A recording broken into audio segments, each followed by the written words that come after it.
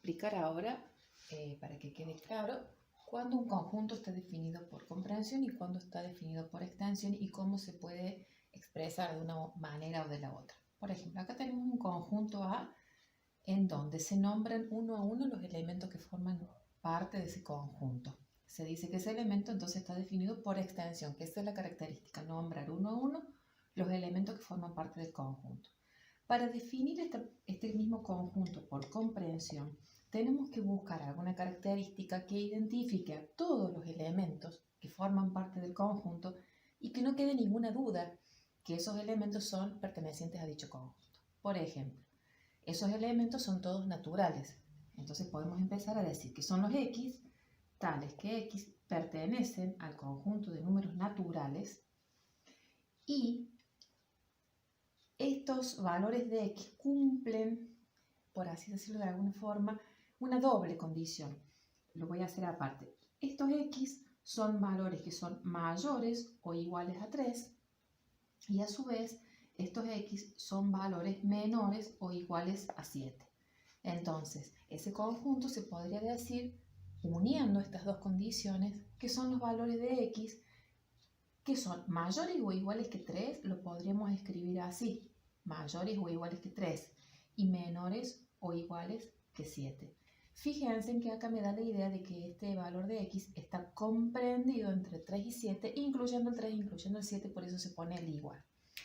Otra forma de nombrarlo a este mismo conjunto podrían ser los x, tales que x pertenecen a los naturales y este símbolo quiere decir y al decir y estamos afirmando que se cumplen las dos condiciones o todas las condiciones que una ese y simultáneamente, en donde podríamos decir, por ejemplo, que x es un número mayor a 2, fíjense en que ahí no está incluido, y menor que 8, fíjense en que ahí el 8 no está incluido, por lo tanto serían los mismos valores.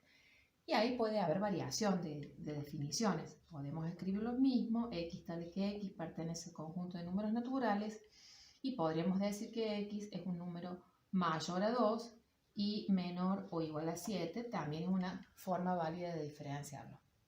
Lo que sí creo que puede llegar a presentar dudas, ¿qué pasa con el símbolo de mayor? ¿Dónde está el mayor y dónde está el menor?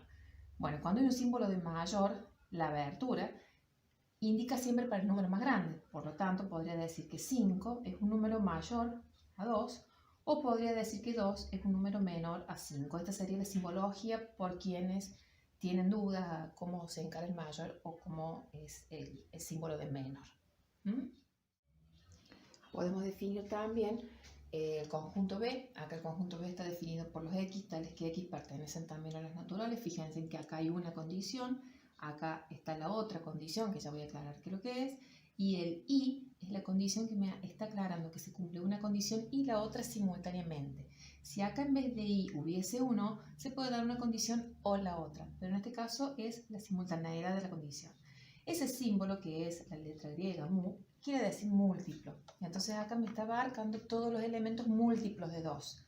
Entonces podría decir, para definir este elemento, este conjunto por extensión, que serían los naturales múltiplos de 2. O sea, 2, 4, 6, ¿y hasta dónde? Acá no me marca ningún límite. Puedo seguir infinitamente. Entonces lo que se hace es poner algunos números y después los puntos suspensivos que me dan la idea de que el conjunto continúa, y en este caso en particular va a ser un conjunto infinito porque no tiene límite. Son los múltiplos de 2 infinitos. Bueno, vamos a poner ahora otro ejemplo de otro conjunto. También está definido por comprensión. ¿Qué es lo que quiere decir comprensión? Dar características o condiciones que cumplen los elementos que forman parte del conjunto C. Y acá podríamos estar separando algunas condiciones. Primero que tienen que ser naturales, después que tienen que ser múltiplos de 3 y después la otra condición es que esos x tienen que ser menores que 18. Entonces, si vamos a calcularlo por extensión o escribir los elementos por extensión, el primer múltiplo de 3 sería 3, sería 6, sería 9, sería 12, sería 15, y cuando llegamos al 18 vemos que el 18 no está incluido. Entonces quiere decir que hasta el 15 llegamos, no es un conjunto infinito como en el caso anterior, y entonces ahí nuestro conjunto queda terminado. Son los elementos múltiplos de 3, menores a 18, y todos estos elementos son números naturales. Bueno, vamos a ver otro ejemplo. Vamos a ver otro ejemplo en donde se presenta por ahí en el apunte, en algunas oportunidades, en algunos casos, en donde está bueno que, por eso se los quería explicar, que identifiquen que no son números sueltos. Todos estos números cumplen una condición. Fíjense que, los voy a ayudar porque no es fácil verlo, es que estos números, a ver, el 1 podríamos decir que es divisor de 10, el 2 es divisor de 10, el 5 es divisor de 10 y el 10 es divisor de 10. Entonces, era medio difícil darse cuenta solo, podemos decir que el conjunto de son los valores de x, está formado por los x tal que x pertenecen a los naturales y, fíjense que ahí se por la otra condición, son los x divisores de 10 y hay un simbolito en matemática que se puede utilizar que es una barrita parada que quiere decir x es divisor de 10. Esta es una forma de escribirlo. También podría nombrarlo un poquito más complicado de otra manera, pero yo creo que podemos aprender a identificar algunas características y tengan en cuenta esto de es divisor de. Lo mismo pasaría si tuviéramos el conjunto E, por ejemplo, formado por 1, por 2, por 3 y por 6. Acá ya me imagino que se han dado cuenta solos de qué elementos son. Fíjense en que el más grande es 6 y todos estos elementos son divisores de 6. Entonces podría decir también que son los x tal que x pertenecen a los naturales y x es divisor de 6. Divisor, recuerden, el concepto que divide el número exactamente, es decir, exactamente quiere decir que no hay ningún resto.